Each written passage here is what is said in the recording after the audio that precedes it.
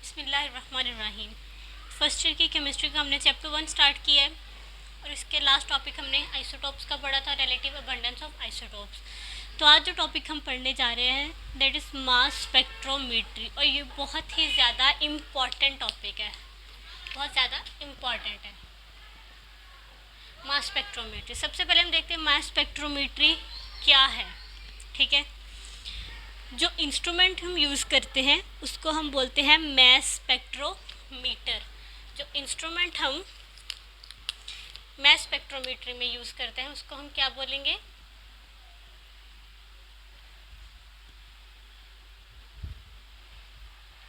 मास spectrometer.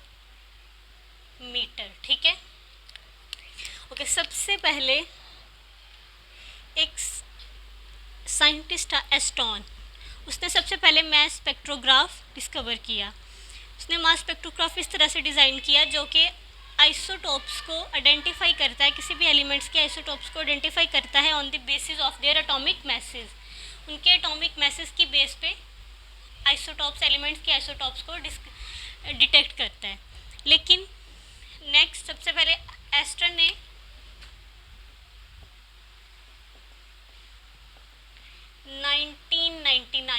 1919 में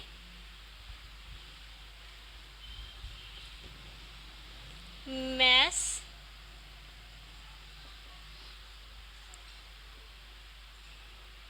spectrograph, ठीक है। लेकिन उसके बाद एक डेम्स्टर का मास स्पेक्ट्रोमीटर डिस्कवर हुआ। इसको हम बोलेंगे स्पेक्ट्रोग्राफ, लेकिन जो डेम्स्टर की बात आएगी तो हम क्या बोलेंगे, मास spectrometer.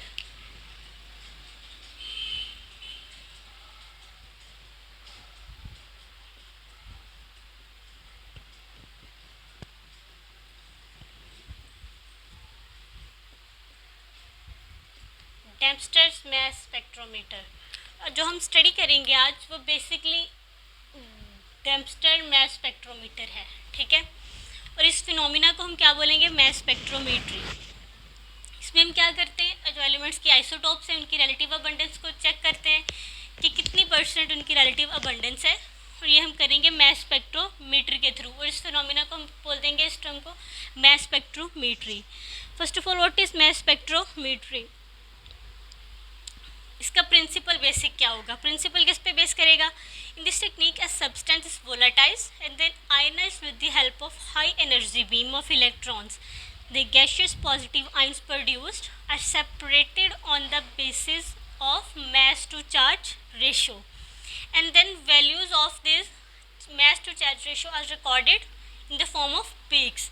The result is actually mass spectrum is the plot in which mass by E, m by E mass over electron ratio is plotted as on x-axis and relative number of ions are plotted on y-axis. किस principal पे ये काम करता है कि सबसे पहले तो हम क्या करेंगे, कोई भी एलिमेंट लेंगे, उनकी वोलेटाइजेशन होगी, फिर कि उसकी आयोनाइजेशन होगी, देन वो पीक्स प्रोड्यूस करेगा किस बेसिस पे, मास बाय चार्ज रेशो। तो हम स्टार्ट करते हैं अपने टॉपिक को। एक दफ़ा फिर से मैं बता देती हूँ, mass spectrometer is an instrument which is use to determine the exact masses of different isotopes of an element along with their relative abundance is called mass spectrometer, and this phenomena is called mass spectrometry. तो हम start करते हैं अपना topic. सबसे पहले क्या होगा, okay, जो सबसे इम्पॉर्टेंट बात डेम्स्टर मास स्पेक्ट्रोमीटर का, ये उन एलिमेंट्स को उनकी आइडेंटिफिकेशन करेगा, उनके आइसोटॉप्स की आइडेंटिफिकेशन करेगा जो कि सॉलिड फॉर्म में हो। ठीक है, Dempster's mass spectrometer were designed for identification of elements which were available in solid state. ठीक है, हम अपना स्टार्ट करते हैं। सबसे जो पहला है इसमें वो है, सबसे पहली term vaporisation.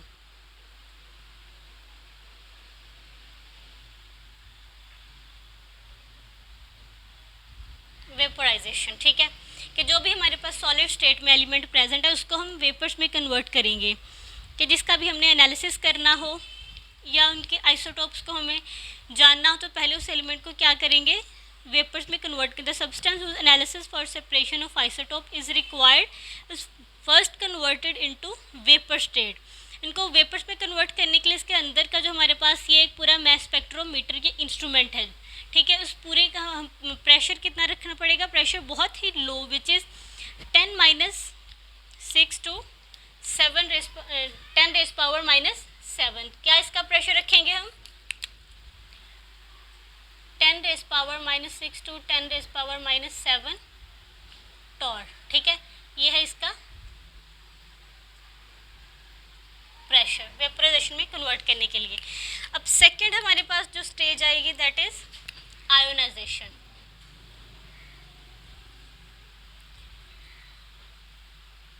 Ionisation okay, instrument के अकॉर्डिंग हमने यहाँ पे एक इनलेट है जिसके थ्रू हमने जो भी एलिमेंट जिसका एनालिसिस करना है उसके थ्रू इसको इंटर करवाएंगे। अब ये नियॉन गैस हमने यूज़ की है, इसको हम इसके थ्रू इंटर करवा देंगे। सबसे पहले वो वेपर्स में कन्वर्ट हुई, देन को आयोनाइजेशन होगी। अब आयोनाइजेशन कैसे होगी, जैसे ही अंदर गैस इंटर होगी ऊपर एक हीटेड फिलामेंट लगा है तो हम इलेक्ट्रॉन्स की बम्बार्डमेंट करवाएंगे। इलेक्ट्रॉन की बीम होती है उसके थ्रू उस एलिमेंट पर बम्बार्ड करेंगे।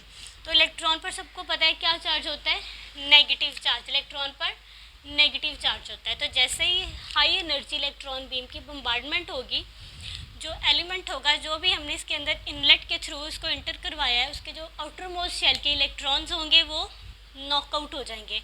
आउटर मोस्ट शेल के इलेक्ट्रॉन्स नॉकआउट होंगे तो वो क्या बन जाएंगे, कैटाइंस, पॉजिटिव चार्ज बन जाएंगे। क्या बन जाएंगे, पॉजिटिव चार्ज आ जाएगा और किस में कन्वर्ट हो जाएंगे, कैटाइंस, ठीक है। किसके थ्रू, बम्बार्डमेंट ऑफ इलेक्ट्रॉन्स हुई, इनके जो आउटर मोस्ट शेल के इलेक्ट्रॉन्स नॉकआउट हो गए। जैसे अब सबको पता है इलेक्ट्रॉन्स हमने ऑलरेडी पढ़ चुके हैं कि टाइम्स और एनाइंस कैसे बनते हैं, इनका फिनोमिना क्या है। इलेक्ट्रॉन आउटर मोस्ट शेल के निकले तो वो कैटाइंस में कन्वर्ट हो गए। तो आयोनाइजेशन में हम basically the vapours are then passed into ionization chamber और first moving electrons are thrown upon them. सबसे पहले मूवी इलेक्ट्रॉन्स इस पर थ्रोन करवाएंगे।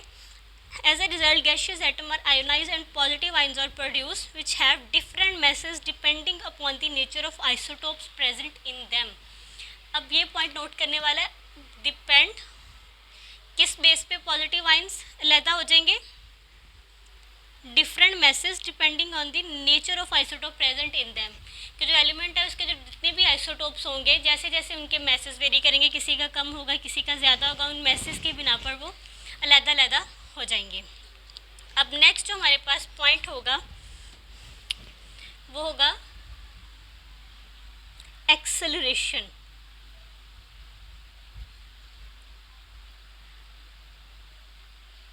ठीक है,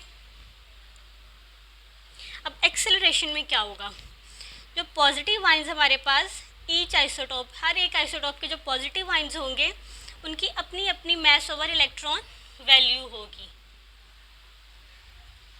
Each isotope have on m/e value, कि हर एक आइसोटोप की अपनी अपनी मैस बाय चार्ज वैल्यू होगी। अब आगे क्या होगा, एक एक्सेलरेटिंग प्लेट्स होंगी जिनके दरमियान वोल्टेज हमने सेट किया है 500 to 2000 volts. Accelerated perforated plates होंगी और जैसे ही पॉजिटिव, ऑब्वियसली सबको पता है कि एक कैटाइंस बने हैं तो वो परफोरेटेड जो प्लेट्स होंगे इनमें नेगेटिव ग्रिड लगा होगा, ठीक है, फिर नेगेटिवली चार्ज होंगी तो नेगेटिव तो पॉजिटिव को अट्रैक्ट करेगा, तो वो पॉजिटिव जो कैटाइंस होंगे क्या होंगे, उनकी तरफ इजीली अट्रैक्ट हो जाएंगे। ये देखिए जैसे सबसे पहले गैस इंटर हुई, इलेक्ट्रॉन्स की बम्बार्डमेंट हुई, हमारे पास कैटाइंस बने, इलेक्ट्रॉन्स ने उनके आउटर मोस्ट शेल में इलेक्ट्रॉन को नॉकआउट कर दिया, कैटाइंस में कन्वर्ट हो गए। एंड देन आगे ये हमारे पास एक्सेलरेटिंग प्लेट्स है। एक्सेलरेटिंग प्लेट्स के दरमियान जो वोल्टेज हमने रखा है, वोल्टेज वो कितना है 500 to 2000 वोल्ट्स के टाइम्स है। और ये हमारे पास नेगेटिव प्लेट्स है, नेगेटिव ग्रिड है, तो कैटाइंस तो ऑब्वियसली पॉजिटिव से नेगेटिव की तरफ अट्रैक्ट होगा, तो इसके कैटाइंस इन परफोरेटेड प्लेट्स की तरफ मूव कर जाएंगे। परफोरेटेड इट्स मीन्स में सुराख होंगे ताकि इजीली जो आइसोटॉप्स है, एलिमेंट्स के आइसोटॉप है, इनमें से पास आउट हो सके, ठीक है, टुवर्ड्स नेगेटिव प्लेट्स। अब जो नेक्स्ट है हमारे पास इसकी स्टेज वो होगी डिफ्लेक्शन। डिफ्लेक्शन में अब क्या होगा, तो डिफ्लेक्शन में हमारे पास ये होगा कि जो भी आइसोटॉप्स हैं हीटेड फिलामेंट से गुजरे, नेगेटिव ग्रिड से गुजरे, आगे एक magnetic field apply, strong magnetic field यहाँ पे एक अप्लाई हो रही होगी जो क्या करेगी, उन एलिमेंट्स के आइसोटॉप्स को सर्कुलर पाथ में रोटेट करना स्टार्ट कर देगी। और वो सर्कुलर पाथ में रोटेट करते करते आहिस्ता आहिस्ता जैसे उनकी मास बाय चार्ज रेशियो होगी वो 1 बाय 1 डिटेक्टर पे डिटेक्ट होते जाएंगे और ऑब्वियसली इलेक्ट्रोमीटर पे पीक्स को शो कर देंगे। तो यहाँ पे जो मैथमेटिकली रिलेशनशिप है इसको शो करवाया गया है, mass by charge ratio is equal to h² r² 2e। अब h यहाँ पे हमारे पास मैग्नेटिक फील्ड है, r जो है रेडियस बताया गया है कि जिस सर्कुलर पाथ में वो आइसोटॉप्स, एलिमेंट के आइसोटॉप्स मूव कर रहे हैं उसका रेडियस है, और e है हमारे पास स्ट्रेंथ ऑफ इलेक्ट्रिक फील्ड, ठीक है। h होगी स्ट्रेंथ ऑफ मैग्नेटिक फील्ड और e है स्ट्रेंथ ऑफ, ये होगी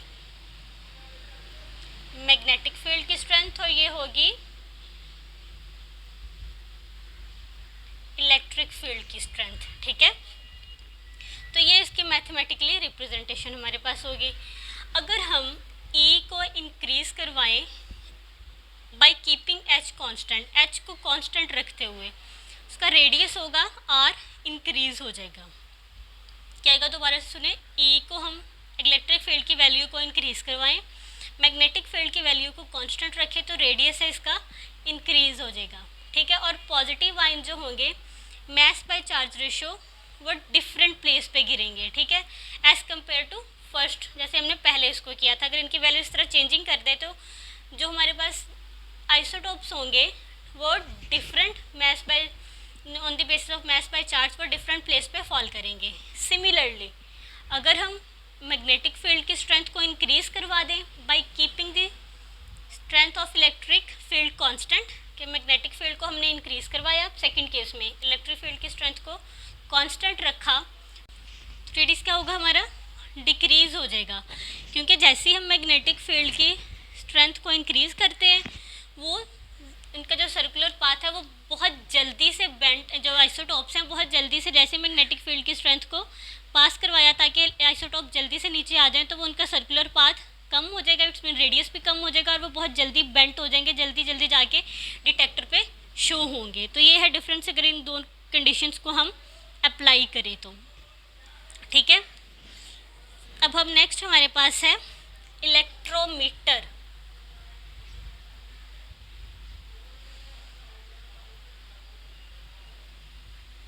अब इलेक्ट्रोमीटर क्या है और इसका क्या काम है।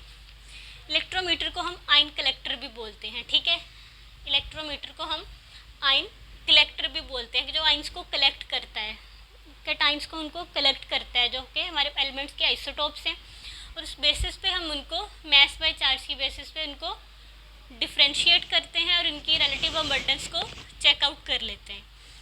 Electrometer is also called as an ion collector, जो कि इलेक्ट्रिक करंट प्रोड्यूस करता है, और इलेक्ट्रिक करंट की स्ट्रेंथ होती है वो मेजर करती है relative abundance of the ions on the basis of their mass by charge ratio, कि जो इलेक्ट्रोमीटर है आयन कलेक्टर है इलेक्ट्रिक करंट को प्रोड्यूस करेगा, और इलेक्ट्रिक करंट क्या करेगा, हमें हेल्प करेगा मेजर करने के लिए relative abundance of the isotopes base depend on the mass by charge ratio, ठीक है।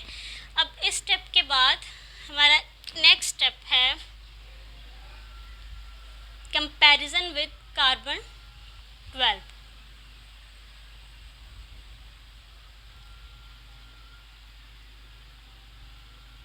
अब कार्बन 12 के साथ इसको क्यों कंपेयर करेंगे, हमने पढ़ा हुआ है, अब सबको पता है कि कार्बन 12 को हमने एज अ स्टैंडर्ड रखा है आइसोटोप्स की रिलेटिव अबंडेंस को फाइंड करने के लिए एटॉमिक मास यूनिट में, क्योंकि ऑब्वियसली एटम का साइज़ बहुत छोटा होता है, तो उस साइज को हम आँख से तो क्या माइक्रोस्कोप से भी नहीं दे सकते, इसके लिए इलेक्ट्रॉन माइक्रोस्कोप हम यूज़ करते हैं। तो उनका रिलेटिव अबंडेंस को फाइंड करने के लिए हम कार्बन 12 का स्टैंडर्ड रख लेते हैं। अब इसको कंपैरिजन करना है कार्बन 12 के साथ।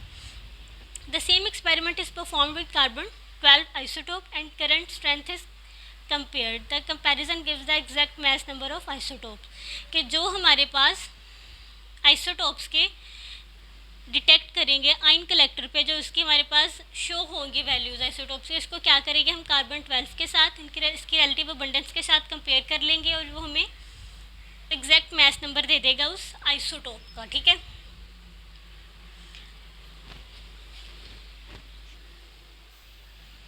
अब हम देखते हैं कि मॉडर्न जो स्पेक्ट्रोग्राफ हैं वो किस तरह से काम करते हैं।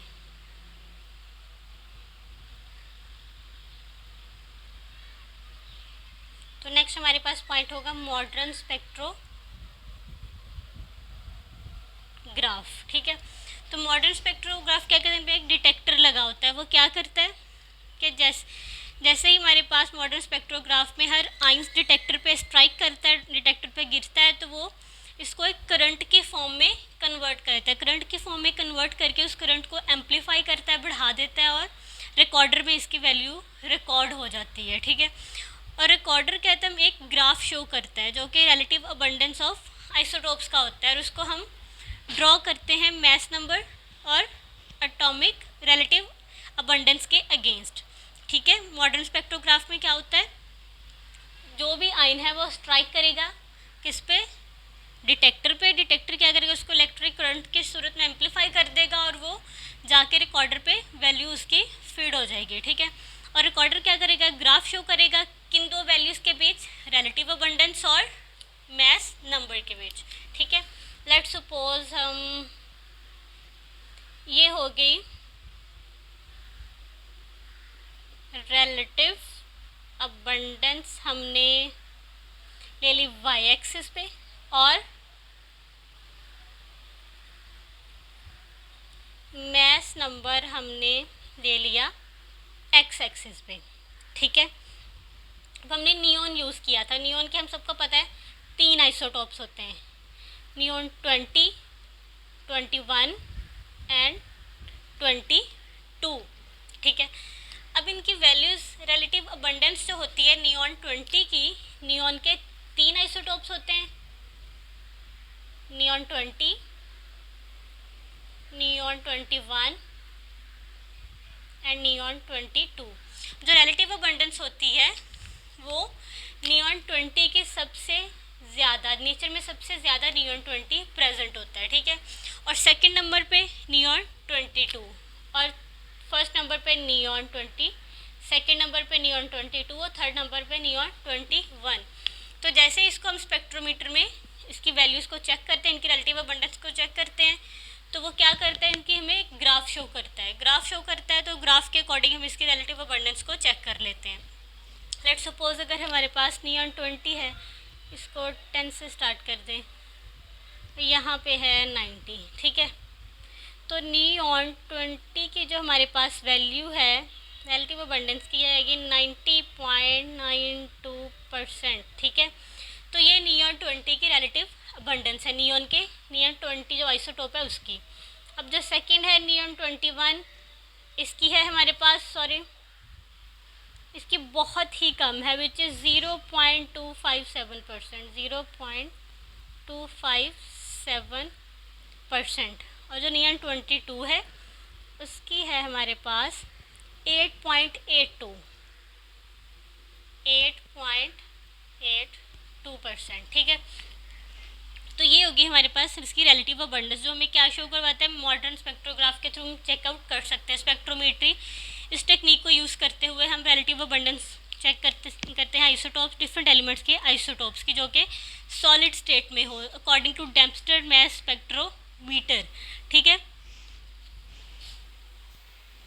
ओके, अब इस बेसिस पे हमने इनकी आइसोटोप्स की रिलेटिव अबंडेंस को तो फाइंड आउट कर लिया, जो सबसे ज़्यादा होगी इट्स मीन नेचर में उसकी अक्रेंस सबसे ज़्यादा है। तो इनको आइसोटोप्स को सेपरेट आउट करने के लिए और भी बहुत से मेथड होते हैं। इन आइसोटोप्स की केमिकल प्रॉपर्टीज़ तो एक जैसी होती हैं, इसीलिए इनको केमिकल प्रॉपर्टीज़ की बेस पे हम सेपरेट आउट नहीं कर सकते। इनको इनके फिज़िकल मेथड यूज़ किए जाते हैं जिसकी बेस पे हम इनको सेपरेट आउट कर सकते हैं। तो वो फिज़िकल मेथड कौन कौन से यहाँ पे लिख देती हूँ मैं। केमिकल प्रॉपर्टीज़ तो इनकी सेम होती हैं आइसोटोप्स की, तो इसको हम इस बेस पे सेपरेट नहीं कर सकते कि इसके एक की केमिकल प्रॉपर्टी डिफरेंट है तो दूसरे की डिफरेंट है, तो इस बेस पे हमने उसको अलग कर लिया। इसके लिए और भी बहुत से फिज़िकल मेथड यूज़ होंगे, और वो मेथड कौन कौन से हैं। सबसे पहले तो है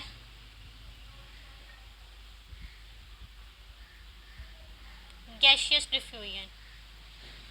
ठीक है, जो गैसेस की डिफ्यूजन होती है from one place to other places की बेसिस पे हम उसको डिफ्रेंशिएट कर सकते हैं। ठीक है, क्योंकि हर आइसोटोप का डिफरेंट मैस होगा तो उसकी बेस पे वो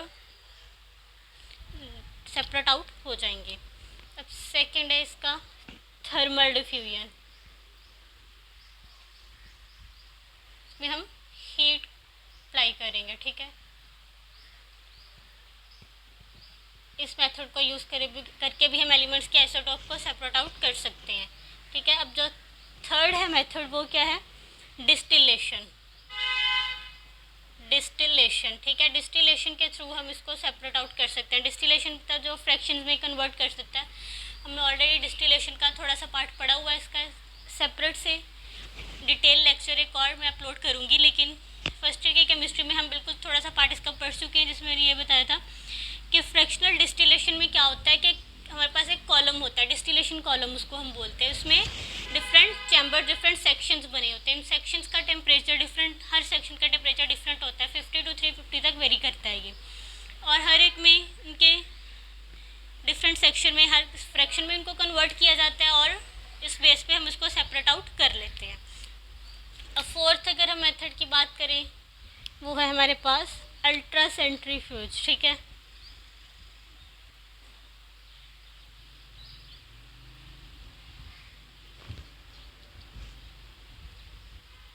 ये बहुत से छोटे मतलब एलिमेंट्स को मॉलिक्यूल्स के लिए, एटम्स के लिए यूज़ करते हैं। मेथड इनका साइज़ बहुत ही छोटा होता है, फिजिकल मेथड है कि भी।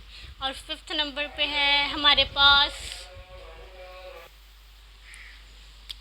Electromagnetic separation. फिफ्थ नंबर पे है हमारे पास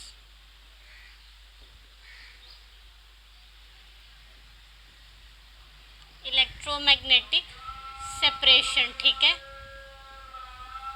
इस फिजिकल मेथड को यूज़ करके भी हम आइसोटोप्स को डिफ्रेंशिएट कर सकते हैं। और अगर नंबर 6 की बात करें, और 6 मेथड है हमारे पास लेज़र सेपरेशन। ये भी एक फिजिकल मेथड है, इसके थ्रू भी हम एलिमेंट्स की आइसोटोप्स को सेपरेट आउट कर सकते हैं। ठीक है, तो ये हो गया हमारा आज का टॉपिक मैस स्पेक्ट्रोमीट्री। एक बार डायग्राम के थ्रू आपको दोबारा से ब्रीफली मैं बता देती हूँ कैसे काम करता है मैस स्पेक्ट्रोमीटर जो इंस्ट्रूमेंट है। सबसे पहले हमारे पास एक होता है इनलेट, इसके थ्रू हम गैस कोई भी जो एलिमेंट है उसको पास करवाते हैं सॉलिड स्टेट में हो। और जैसे वो इंटर होता है इस कॉलम, हमारे पास जो इंस्ट्रूमेंट है इसके अंदर प्रेशर जो है बहुत ही लो रखा जाता है ताकि ये जो भी एलिमेंट है वो वेपर्स में कन्वर्ट हो सके। वो प्रेशर क्या होता है 10 rays power -6 to 10 rays power -7। तो जैसे वो एलिमेंट आता है यहाँ पे एक हीटेड फिलामेंट होता है, यहाँ पे इलेक्ट्रॉन्स की बम्बार्डमेंट करवाई जाती है।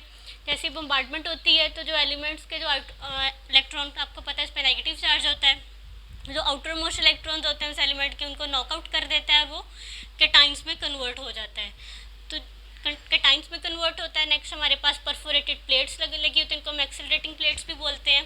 फिर नेगेटिव चार्ज होता है, नेगेटिव ग्रेड में सुराख होते हैं परफोरेट। ठीक है, तो जैसे ही कैटाइंस नेक्स्ट पास होते हैं, कैटाइन पे पॉजिटिव चार्ज है, यहाँ पे नेगेटिव चार्ज है, तो कैटाइंस नेगेटिव की तरफ अट्रैक्ट होंगे, यहाँ पे एक्सेलरेट करेंगे। जैसे एक्सेलरेट करेंगे नेक्स्ट पास आउट होते जाएंगे और आगे हमारे पास एक मैग्नेट लगा होगा। मैग्नेट का काम क्या होगा, एनालाइजर मैग्नेट, जो आइंस को अपनी तरफ अट्रैक्ट करेगा। अट्रैक्ट करने के बाद क्या करेगा, उनको एक सर्कुलर पाथ में घुमाएगा, उसमें एक मैग्नेटिक फील्ड अप्लाई हो रही होगी। मैग्नेटिक फील्ड का क्या काम है कि वो आइंस को सर्कुलर पाथ में मूव करने में हेल्प करता है, और हेल्प करने के बाद ताकि वो सर्कुलर पाथ में मूव करें और नेक्स्ट हमारे पास एक और मैग्नेट है, और जो हमारे पास आइसोटोप्स होंगे, केटाइन्स होंगे, वो 1/1 मास बाय चार्ज रेशियो की बेस पे वो डिफरेंट होते जाएंगे और वो डिटेक्टर पे शो होते जाएंगे, अपनी वैल्यूज़ शो करेंगे। यहाँ पे इवैक्यूएटेड ग्लास इन्वेल्प होता है, ठीक है। और एक बात मैं बताना भूल गई, यहाँ पे एक वैक्यूम पंप भी लगा होता है। वैक्यूम पंप का क्या मतलब है कि वो अंदर एक वैक्यूम एनवायरनमेंट क्रिएट करता है। उसका क्या मतलब है कि जो बाहर की इन्वायरमेंट की गैसेस होती हैं वो यहाँ इसके अंदर ना आए, ठीक है। उससे क्या फ़ायदा होगा कि जो हमारे पास एलिमेंट्स की आइसोटोप्स हैं सिर्फ वही डिटेक्ट होंगे, उसके अलावा और कोई बाहर की कोई गैसेस वगैरह एनालाइज़र और डिटेक्टर रिकॉर्डर पर जाकर डिटेक्ट नहीं होगी। तो वैक्यूम पंप का ये काम है कि वो बिल्कुल अंदर के इन्वायरमेंट को बाहर की गैसेस से सेफ रखता है। तो ये हमने आज पढ़ा मास स्पेक्ट्रोमेट्री। नेक्स्ट इंशाल्लाह हम अपना नेक्स्ट टॉपिक स्टार्ट करेंगे। होप कि सबको समझ आ गया होगा। अगर आपको वीडियो अच्छी लगे तो चैनल को सब्सक्राइब करें, लाइक करें, कमेंट करें और शेयर करें। Thank you.